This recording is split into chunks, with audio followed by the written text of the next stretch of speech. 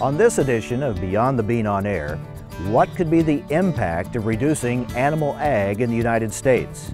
Why your checkoff wants to maintain your freedom and infrastructure to operate. And a real fishtail, how more of your soy can help raise a different kind of livestock. But first, here's a quick look at how your soy checkoff dollars are working for you now. The United Soybean Board recently restructured the National Soy Checkoff into 4 action teams. Each will be dedicated to priority objectives in USB's long-range strategic plan that you'll see here: soy oil, soy meal, freedom, and infrastructure to operate, along with customer focus. The U.S. biodiesel industry reached the 1 billion gallon mark for the first time ever. Production of 1.1 billion gallons last year surpassed the previous record, which totaled about half that amount in 2008. Soybean farmers marked the milestone in part by promoting biodiesel at the National Championship Tractor Pulls held during this year's National Farm Machinery Show. Women farmers from all over the country gathered to network on how to effectively engage consumers about today's agriculture. Volunteers with Common Ground, a partnership between USB and the National Corn Growers Association, shared strategies on how to provide consumers with the facts about U.S. food production. In addition, Common Ground updated its website. Consumers can now find straightforward, myth-busting answers to questions about today's agriculture. Check it out at findourcommonground.com. If you know me, you know I enjoy a good steak, and I bet a lot of you do too. But a new study shows new regulations on the U.S. animal ag sector could jeopardize food safety and hit farmers and consumers hard in the wallet. An in-depth Soy Checkoff-funded study shows new regulations on U.S. animal agriculture could spike consumer food prices by close to $17 billion a year. For example, the study showed if U.S. egg farmers used cage-free housing for laying hens, it would increase the cost of a dozen eggs from around $1.68 to $2.10 a dozen. That alone would add $2.6 billion a year at the grocery checkout line. The study shows a 25% increase in cost to animal farmers would also reduce U.S. exports by more than $1 billion, and it would put up to 9,000 Americans out of work. The issue has U.S. soybean farmers worried their #1 market, beyond the elevator, could be in jeopardy. The livestock industry is our #1 customer for U.S. soybean farmers, so we have to be sensitive to what's going on for those folks and try to assure that they can stay in business. The study identifies these 5 regulatory areas that could generate increased costs in the short term for U.S. poultry and livestock farmers. I'm Mike Orso reporting for Beyond the Bean on Air.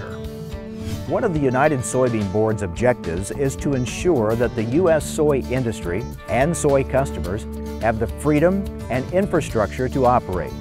Let's sort out this complex yet very important issue.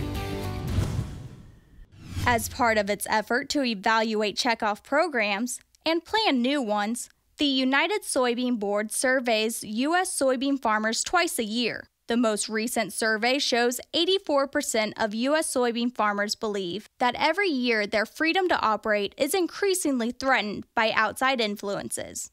These restrictions include trade barriers such as the European Union ban on biodiesel processed from U.S. soybeans, the possible failure of a lock on the Mississippi River due to deteriorating concrete and failing electrical and mechanical systems.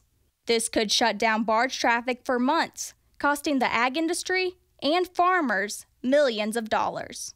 Or the U.S. Department of Labor planning to prohibit anyone under the age of 16 from working on farms other than their parents' operations, from farm chores such as handling animals or operating power-driven equipment.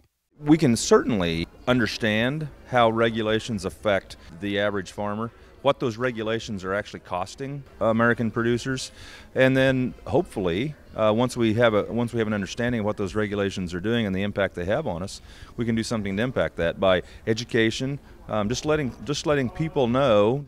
A new structure adopted by USB at its recent meeting will include a Freedom to Operate action team responsible for planning and directing checkoff-funded efforts to ensure U.S. soybean farmers, the rest of the soy industry, and soy customers have the freedom and infrastructure to operate. I'm Rebecca Stephen for Beyond the Bean on Air. Attention U.S. soybean farmers, did you know that animal agriculture has long been the leading customer of your beans beyond the elevator? Lately, a new kind of animal agriculture has been growing in importance. Let's learn more. Rising demand for fish and seafood means potential growth in U.S. aquaculture. A United Nations report predicts that farm-raised aquaculture now provides half of all fish and seafood consumed around the world. Well, you know, there's a lot of reasons to care about aquaculture. First of all, people like to eat seafood, and the United States imports almost all of their seafood. There really isn't any reason why we can't raise our own seafood here in the U.S. To help aquaculture grow and use soy as a sustainable feed, USB has joined with the American Soybean Association, 11 state soybean checkoff boards, and several aquaculture producers to form the Soy Aquaculture Alliance. Another reason that we could be very interested in the aquaculture industry is the jobs that it would produce if we had that industry here or near our shores that would use our soybeans. Fish meal traditionally has been used as protein in aquaculture feed, but the depleted wild catch of fish has fish farmers looking for viable feed alternatives, and the Soy Checkoff wants to help U.S. farmers capture this demand. I'm Gina Earhard, reporting for Beyond the Bean on Air. That's our report for now. I'm Mike Adams. Thanks for watching Beyond the Bean on Air, and have a safe planting season.